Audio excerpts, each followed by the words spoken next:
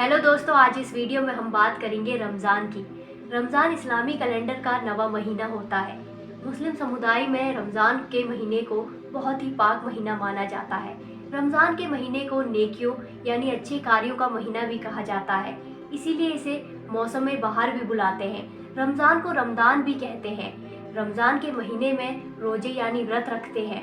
रात में तिरावी की नमाज पढ़ना और कुरान तिलावत करना शामिल है। मुसलमान समुदाय के लोग पूरे महीने रोजे रखते हैं और सूरज निकलने से लेकर डूबने तक कुछ नहीं खाते पीते। साथ में महीने भर इबादत करते हैं और अपने गुनाहों की माफ़ी मांगते हैं। रमज़ान के दौरान रोज़ा इस्लाम के 5वें स्तंभों में से एक है। इस पूरे महीने मुसलमान संप्रदाय से जुड़े लोग अल्लाह की इबादत करते हैं।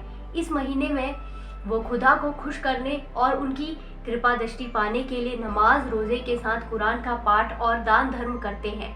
इस महीने की सबसे बड़ी खासियत है अल्लाह द्वारा दी गई हर नेमत के लिए उनका शुक्र अदा करना। आइए जानते हैं रमज़ान के इस मुबारक माह से जुड़ी कुछ खास बातें।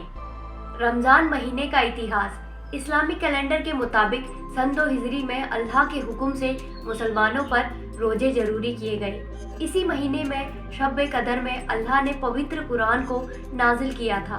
तब से मुस्लिम इस महीने में रोजे रखते आ रहे हैं। कई बार भूल से इंसान कुछ खा जाता है, इससे रोजा नहीं टूटता, लेकिन जैसे ही उसे याद आए तो सब कुछ बंद कर देना चाहिए। इस माह में एक नेक काम करने के बदले 70 नेकी का सवाब मिलता है। 3 असरों में बटा है रमज़ान का महीना। इस्लाम के मुताबिक पूरे रमज़ान को 3 हिस्सों में बांटा गया है।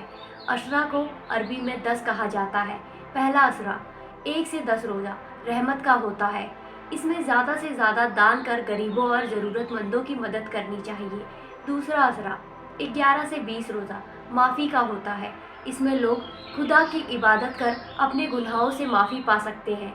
ऐसा कहा जाता है कि खुदा अपने बंदों को जल्द माफ़ कर देता है। तीसरा अशरा 21 से 30 रोज़ा सबसे महत्वपूर्ण माना जाता है।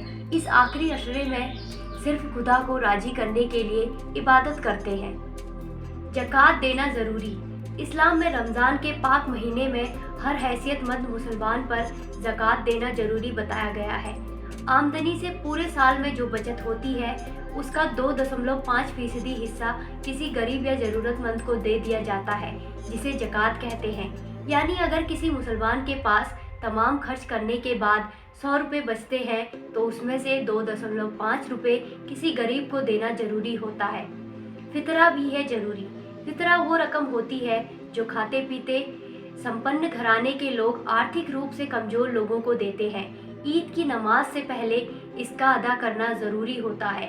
फितरा की रकम भी गरीबों, बेवाओं व यतीमों और सभी ज़रूरतमंदों को दी जाती है। खजूर से ही खोला जाता है रोज़ा। इफ्तार में रोजेदार खजूर से ही रोज़ा खोलते हैं। इससे रोज़ा खोलना सुन्नत माना जाता है। पैगंबर इस्लाम हज़रत मोहम्मद को खजूर बेहद पसंद थे। वो खजूर से ही रोज़ा खोलते थे। सुन्नत के कारण ही इफ्तार के समय लजीज पकवानों के साथ रोज़ा खोलने के लिए खजूर भी रखा जाता है।